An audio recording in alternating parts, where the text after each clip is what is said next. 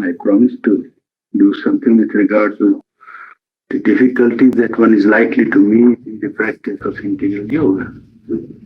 But I don't like to begin with something negative, so I shall make an attempt to begin with something positive.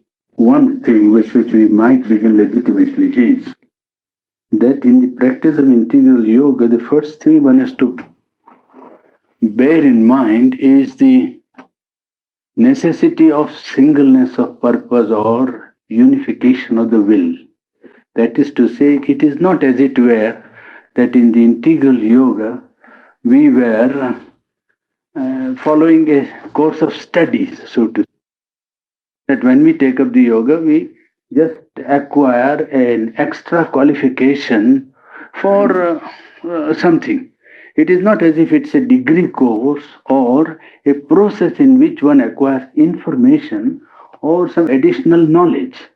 It is a process of self molding, self exceeding by a process of self culture, so that one has to be prepared for great changes, and it cannot be done without a singleness of purpose, without a resolute will, without a sincerity of purpose. These things are indispensable in the practice of integral yoga. In the other yogas, there are other yogas that promise certain powers, certain capacities, certain experiences. That is to say, if you proceed along a certain line, you will have a certain experience. That experience will be something which you can always have if you follow a certain prescribed process or line, and the other departments of life remain untouched and unconcerned with regard to that experience. There are yogic methods that promise power. For instance, a certain capacity. You can have power of say, thought transference or telepathy or knowing somebody's mind or influencing current of thought somewhere. Now, that is possible. It's not that these things are not possible, but in the integral yoga, these would not require a total concentration. A certain concentration for a certain object would be quite enough. But in the integral yoga, we aim at a complete transformation of nature by the help of first our own aspiration, rejection, and surrender, and then more by the help of a supreme and divine power which is dynamic and at work in the cosmos. That is why in the integral yoga, a half-hearted attention or a divided concentration does not bring full results. It does not mean that one can start with the full concentration, but that is the aim one has to keep in mind. One does not on the first day start with the full concentration and complete equipment of his will or resolution, but one knows full well that this will require a total and complete absorption of will of mind. This he must keep in mind, because it will require not only a new acquiring a new consciousness, but also a new adjustment of life itself. All values of life will have to undergo complete change, an internal. It will not be as if things will externally change and one will run away from the world and want to live in a ineffable condition of supreme delight or peace or infinity or unity with some supreme consciousness. No. But right down here in the fields of life, he will, if he is sincere and single-minded in his sincerity, that is to say, in his application of aspiration, rejection, and surrender, if he calls upon the supreme power, he will get the help to transform that field of life in which he is actively concerned, with the result that life itself will be raised to another level than on which it is moving now. Now, for this complete and resolute will, one has to keep a mind. Before I tell you about the nature of the difficulties, I should also rather dwell upon the positive and more promising aspect of the yoga, because man, being what he is, always likes to dwell upon the negative aspect of his weakness and his shortcomings and his imperfections and his ignorance, and all the time will always say that one is not capable and dwells upon more his weakness than upon the positive side. So I would like to draw your attention to first the positive side and bring to our attention the difficulties of the task. In the positive task, what is it that we want to know? That supposing I begin with very weak nature, an imperfect nature, an incomplete equipment of my resolution, and even my continuance and intensity of my aspiration may not be strong. My capacity to reject may not be sufficiently adequate to reject all my weaknesses of nature or shortcomings. If my surrender is not sincere and complete and total in the beginning, how shall I proceed? Is there a promise that that to which I look up to for help, that which I want to reach, is there? And can I be sure that there is a positive ground of experience, positive entity and a reality which is at work, which knows what I am doing, which can intervene actively whenever necessary into the process of my growth and help me out of my difficulties? Well, I would like first to dwell upon this aspect, and I think that that positive aspect is a more important aspect because it prepares us more actively for the process which we have to undertake. For this fixed resolution, Sri Aurobindo has written in one of his books on Yoga, Volume 2, fix upon your mind and heart the resolution to live for the divine truth and for that alone. Reject all that is contrary and incompatible with it and turn away from the lower desires. Aspire to open yourself to the divine power and to no other. Do this in all sincerity, and the present and the living help you need will not fail you. Now, is there any sign that this help will not fail us? When one begins spiritual life actively, he is conscious not only of the higher truths, but most often of his lower nature. When he is confronted with the obstinate resistance of his egoistic nature, he often feels despair and even may want to give up his personal effort. And we have already seen that this personal effort in the integral yoga is indispensable. It is not only the only thing that carries a sadhak through to the success of sadhana. Sri Aurobindo adds rather, now I quote him, the divine force can always do more than the personal effort.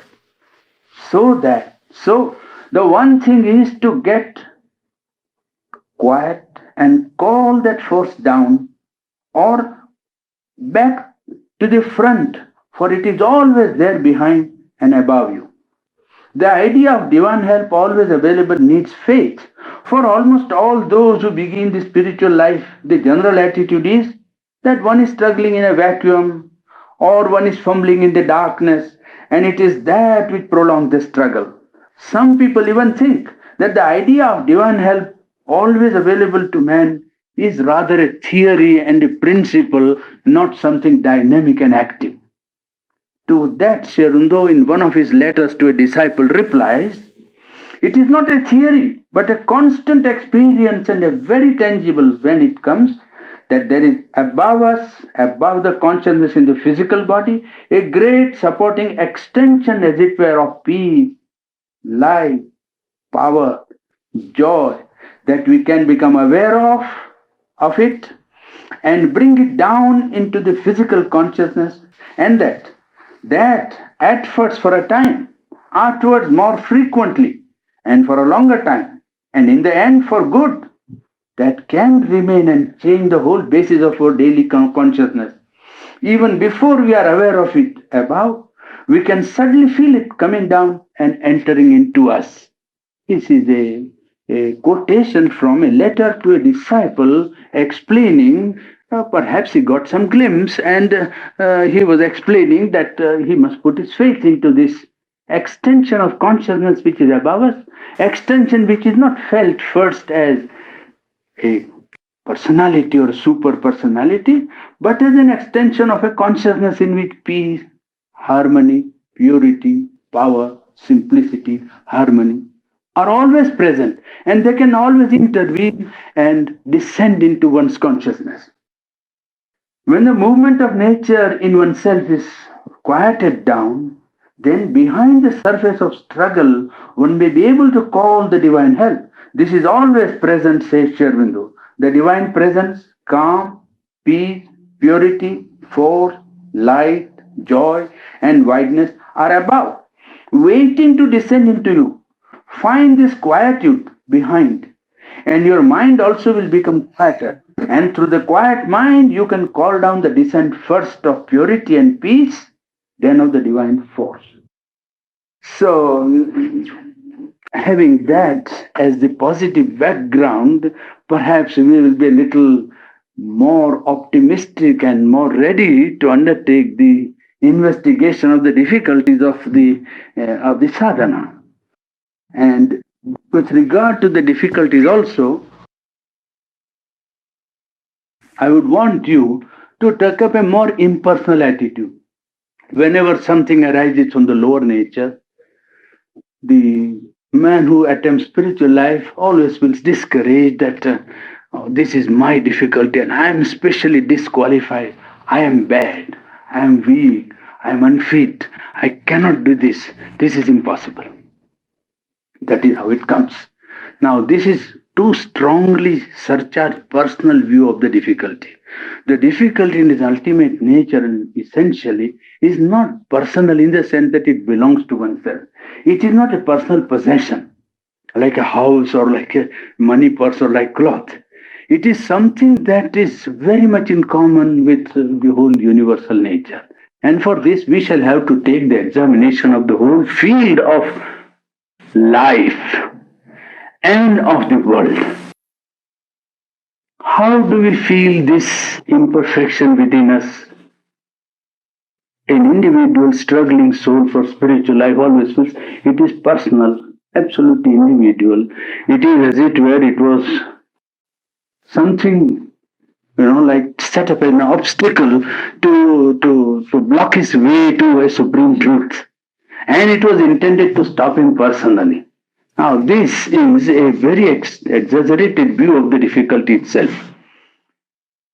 If you look at nature, the constitution of the world or cosmos, you will see that we cannot at once go to the fundamental reality that seems to be at work because we have no instrument by which we can know it.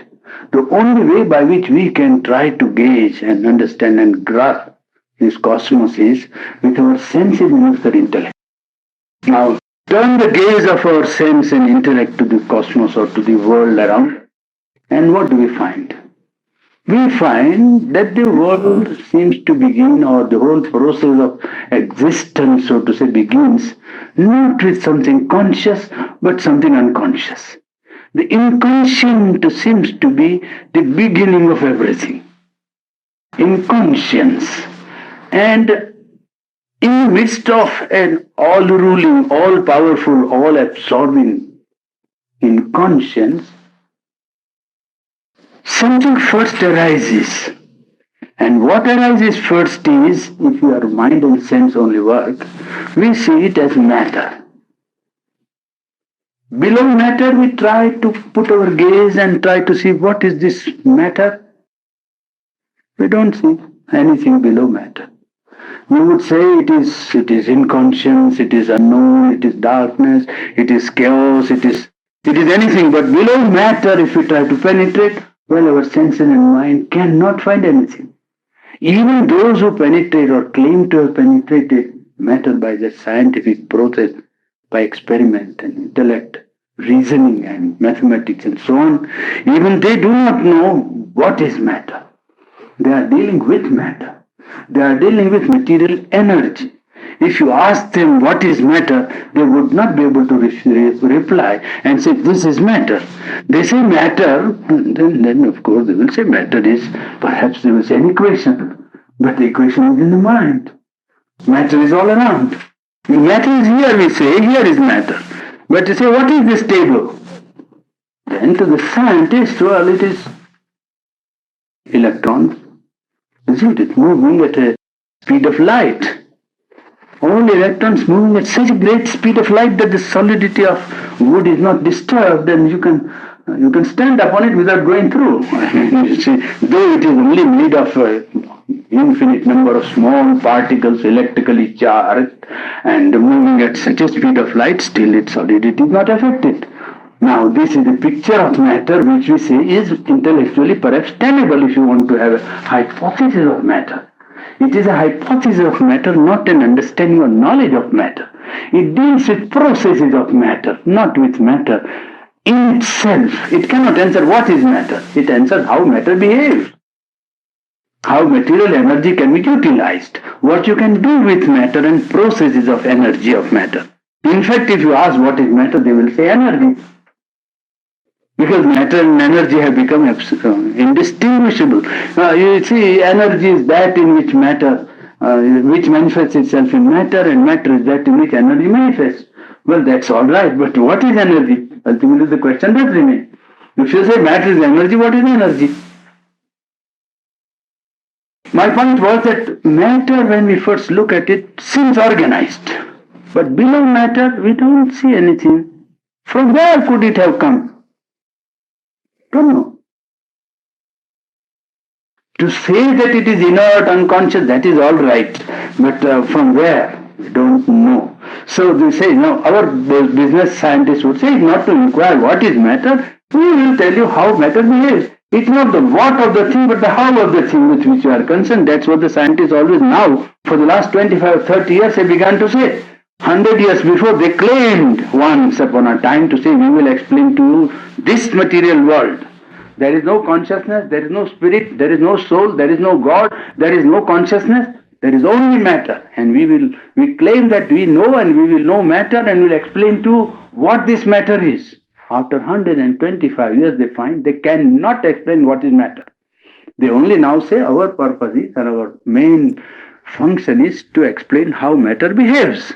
This is quite all right. Now they have changed their ground. You see, after finding so many new sources of energy, with electricity first coming in, radioactivity afterwards, and one after another, 26 to 27 new infinitesimal particles they have found out, and each one is mathematically quite provable as a hypothesis.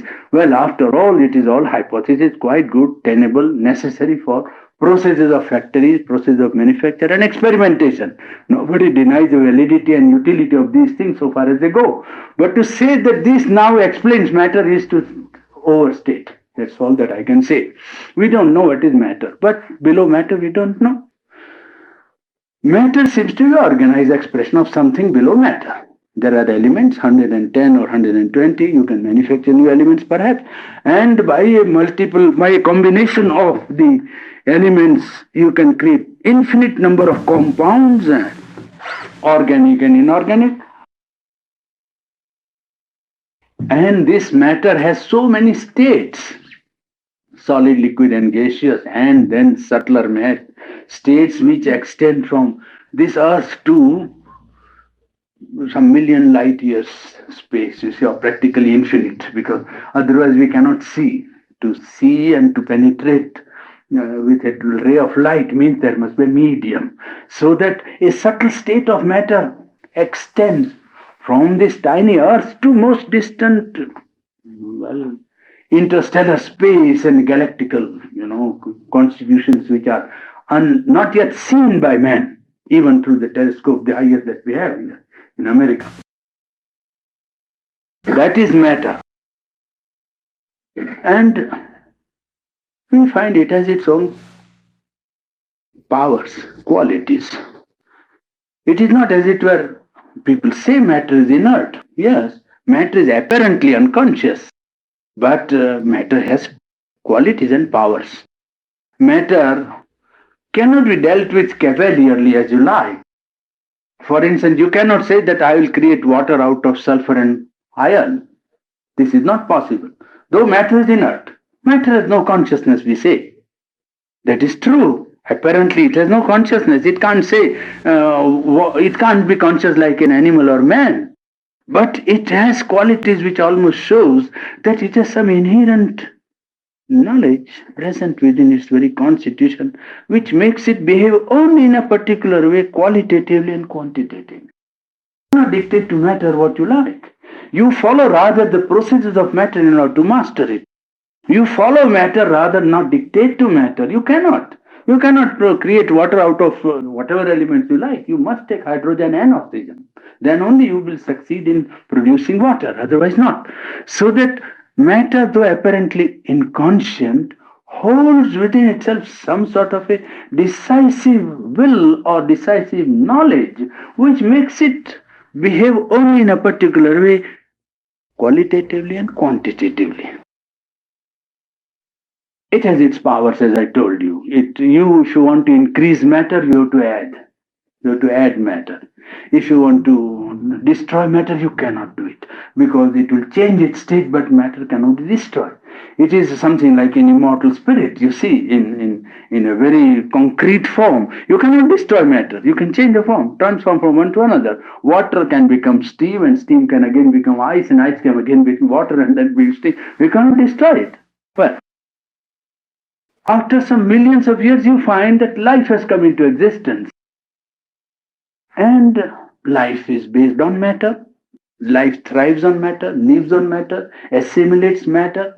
Life is not as it were some unknown thing which has nothing to do with matter. Life does not come as a foreigner to on the planet when matter is organized. Life suddenly comes like little amoeba or little grass or little insect, small infinitesimal insect, which the doctors say that in one drop you see some millions of some and one you see animalcules which spread so many diseases in the world, is it not? The population of them is far more than the human population. In one perhaps cubic centimeter, there is a greater population than the whole of the earth. That is the statistical account of the medical science. Well, that small unit of life is different in its constitution from matter, though it lives on matter. It thrives upon matter. It assimilates matter and grows. Life grows. Now, life is quite a different, aspect of the reality than matter was. Matter was apparently inconscient. Life is not inconscient, partially conscient. It has senses, it has tactual capacity, perhaps sight, touch, hunger, thirst, hearing, breathing, processes which matter had not got. And yet this life thrives upon matter, lives upon matter, grows upon matter. After some millions of years, there comes mind. Intellect, capacity of mind. There you find a greater organization of life, understanding, growth, capacity to reason out, to understand sensation and perception and go to conception and reflection and rational logic and all kinds of sciences it develops. Now we see that from apparent inconscient with which we start this cosmos, gradually inconscient goes on decreasing, consciousness grows on growing, so that the darkness of the inconscient is reduced and little by little light of consciousness increases in the universe. In this universe in which we are, a gradual growth of light has taken place from total inconscience, total and apparent inertness, inconscient and insensibility. The beginning was there. Then gradually capacity of sense, capacity of perception, capacity for knowledge increased till it reached man. And in man, we find the whole of the inconscient, so to say, pulled up. The inconscience is there. We say, no, we are conscious. We are not fully conscious. We don't digest our food consciously. We do not circulate our blood every 3 minutes or 4 minutes and know that we are circulating our blood. No, it doesn't. You see, so many physical processes and nervous actions and reactions, they will call it reflex action. They are not conscious at all. So that lot of the inconscience is already in us. We have pulled the inconscient. We have pulled the animality also. The animal nature is already in us. In fact, in a Sanskrit verse, they always say that ahara nidra bhaya maithanancha samanyamaitat pashubhir naranam. These are the common things between man and the animal. Eating, sleeping, procreation, fear, and running away from fear. You see, these are things that are common to man and the animal. It is a sense of right and wrong, growth of conscience, truth and falsehood, high and low, good and bad. That alone distinguishes man from the animal species. Otherwise, there is plenty of things common that we all know. Difficulty which we now experience in sadhana, now this has connection with our sadhana, with our spiritual effort. All the difficulty is within conscience. You see, we are pulling all the difficulties, and gradual growth of light has now brought us to a stage where this apparent inconscient has awakened to light, awakened to seeking knowledge, awakened to a power over matter, power over life, power over mind itself. And this thing that is at work now wants to change itself, and it finds that it is opposed by many forces. So that the difficulty which we have are not our own making. I was just trying to tell our house here that when we enter upon a path of spiritual development or an effort at spiritual growth, we are not encountering individual difficulty as if, oh, I am egoistic, I cannot, I am unfit. No use. The whole universe is with us, isn't it? We have grown and we are the product of a process. In that process, we have pulled up all that was in the past in us. And we cannot say that altogether it is a negative movement. It's a movement towards some positive light. Life with all its imperfections, ignorance and conflicts and difficulties and catastrophes through which it has undergone through the course of historical development of man, it has developed. It has developed. We have some conception and values of right. We have evolved conception of truth. We have some idea of justice. We have some idea of good, the true, the noble, some conception of beauty and harmony. There is conflict, selfishness, meanness, animality, cruelty, even less than animality, I would say. Human being has proved himself unworthy of human dignity in many cases, even historically in great figures. But still, in spite of it, the total movement, if we take in a mass, we must admit that there is a duality at work. What do we see in the world today, life as it is? Two forces. One, inconscient, insisting upon ignorance and continuation of the reign of ignorance. And another aspect in which there is a awakening of consciousness for good, for truth, for beauty, for light, for harmony, for light, for consciousness. That double aspect is reflected in us. The double aspect of the whole cosmos is within us. So that in each individual you find this struggle, you see, the two aspects. The Upanishad spoke of it long ago in a very, very vibrant image. It said in Kathopanishad, Sreyascha Preyascha Ubhau. Two things encounter men almost every day, every second, or every hour. Sreyascha Preyascha. That which he likes, that which pleases him, that which his nature enjoys, and that which is for his good, for his weal, for his progress. Shreya is that which leads one upwards. Preya is that which one likes. So that there is a double aspect already in human nature where the man or the individual is confronted with the duality in his nature, which is the reflex of the duality of the inconscient with a gradual and rising degree of consciousness in the whole universal process of evolution towards a greater reality, towards which man in his historical movement has certainly made some progress and a few steps. Now we stand at a critical time where this process becomes critical, becomes acute, so to say, and demands a radical treatment.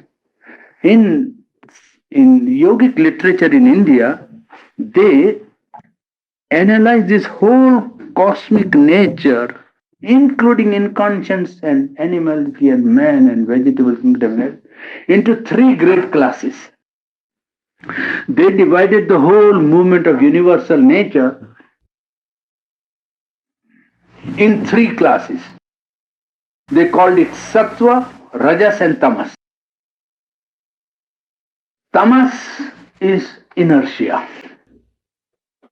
quality of remaining inert, inconscient, idleness, incapacity, refusal to become conscious, refusal to become sensitive, refusal to grow, refusal to see light. So that matter also is tamas. In the animal life, whatever does not want to move forward is tamas. In man also, refusal in his physical body to undergo any changes also is tamas. Tamas is an all-pervading element of inertia, pervading from matter right up to the whole strata of, well, manifested universe. You can say the whole universe as we see has tamas all over. Where is maximum tamas in man? In his physical body. Physical body is this citadel of this inertia. It is wedded to matter, first of all. Its constitution itself requires plenty of matter. And then all the inconscience of matter is concentrated. Body refuses to obey the command of mind, the will, or life force. Body asserts, acts by habit, by a subconscious movement, by a dictation from below. If illness comes, it refuses to shake off illness and say, I can't get well. Actually, you will see that this is a very wonderful thing that happens to the human body, being the receptacle and the place where tamas, the inertia, is the maximum. It always wants to, well, sink into the inertia and assert that inertia is the law.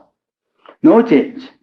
If you say, but it's not necessary to obey the habits that are established, but it takes the habits as laws. The body consciousness takes habits as laws. You imagine somebody who does some work in the Olympic, and you will be surprised what the body can do. We say, no, after all, there are laws and people are, that is tamas working in our own mind, justifying the inertia of the body. That's all. One says, how can body, but what can body not do? Why not? You see the study military history, you will find most surprising incident of human capacity of bearing pain and suffering.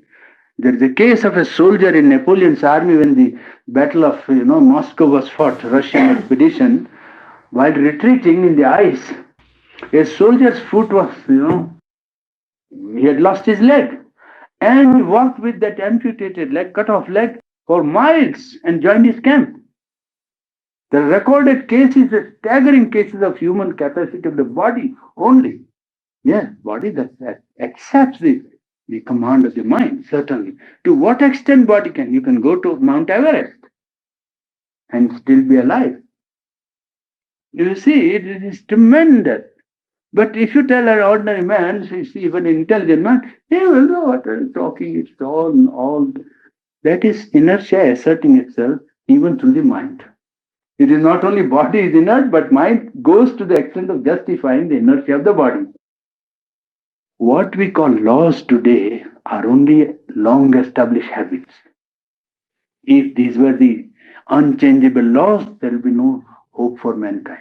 The present constitution of man's nature, his mind, his life, his emotional being, his nervous system and body, if that was, something that can be called established law, there will be no hope for mankind. Because it's a hopelessly impossible situation in which man will be eternally imperfect. Impossible. If growth is there, you have to grant the potentialities of change, potentialities of development, awakening new powers, awakening new capacities. But tamas is the one thing that refuses to change. That is tamas. That is called the quality of darkness, inertia, inertness, inconscience that acts from matter right up to the most developed individual that you can find. That is tamas.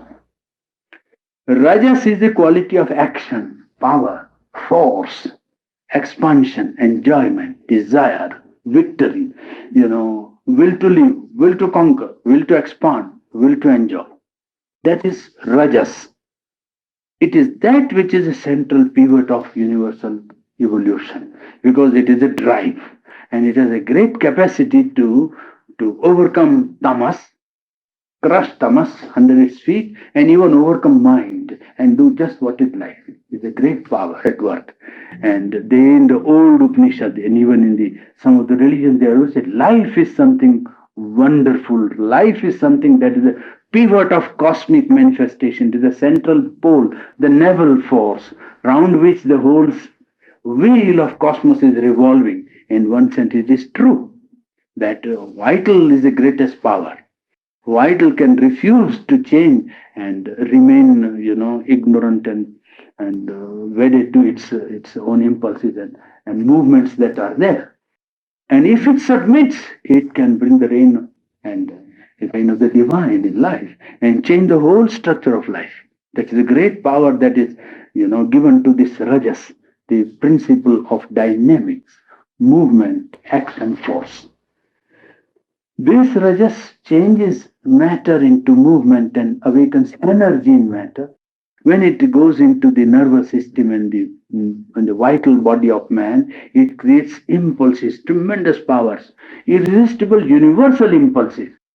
We think that the impulses belong to us. They do not belong to us. They belong to the universal nature. They come to us from universal nature. You see, it is like the wind. If you open the window, the wind will blow from here to the other side. Thought will simply enter. If your mind is open to the thought will enter. And if you hold it, it will remain. If you allow it to pass, it will get out. It is not necessary that all thought that comes belong and are our personal thoughts. Currents and currents of thought, suggestions, ideas, movements simply come, and we commit the mistake of taking them and saying, oh, this flow is mine. It's not mine. Well, that is what Rajas is a universal force that is in us. And when a man wants to control the vital force or impulse or a passion or something that rises from the subconscious animal level, he feels himself, totally overcome by an irresistible force that simply throws him off his feet, off his balance. Now that is because he is trying to resist not an individual movement but a universal movement. That which is at work is not an individual force but a universal force. And in order to overcome, one has to get to a place where he will become at least universal, if not transcendent and divine. You cannot conquer a universal force remaining on an individual, basis. Remaining on the ego, you cannot conquer the forces with which ego is confronted, because most and all of the forces with which ego is confronted are universal. So that one has to move on a ground of impersonality, at least if not of a fundamental and essential divinity, in order to conquer and put down or put in its proper place the powers that rise from the life force that is at work in the universe. Rajas is this life force, and Rajas is so powerful that it overcomes not only the tamas of matter and inertia of life, it overcomes also the light of mind. It can cloud the mind. It can overcome and overrun the mind, so that a very finely developed intellectual man, with all his wonderful idea of what is right and what is wrong in his philosophy, will be nowhere when the life force rises in him. Because life force doesn't care for logic. Logic remains in his mind, and life force simply throws him overboard. How many intellectuals are there in the world? And how many of them are really able to assert the power of intellect even in their individual life? Not only it's not able to control and govern the collective life, which is a result of so many vital forces that mind is nowhere before such a wave of vitality. But even intellectually, how many intellectual people govern their whole of life and harmonize it with their intellectual beliefs? I can tell you from my experience, I have not seen 5%. I have moved among the intellectuals. I'll give one small incident. We were 74 or 75 students of philosophy at Oxford for 13 days. There was a colloquium on contemporary British philosophy. 13 days we argued for 6 to 8 hours a day, and as you say, turn the mind into curd. You see, churning all the time, all the ocean of human thinking, and well, some of them believing that they were the only people who thought in the world, which was not true. Well, they thought they were at the top of the world thinking and so on, which is not true. And I had to tell some of them that let us not be under the wrong impression and the illusion that we are the only people who think. thousands and millions outside who also must be thinking. And their thinking is not all nincompoop and ignorant. It is also something that can make itself felt.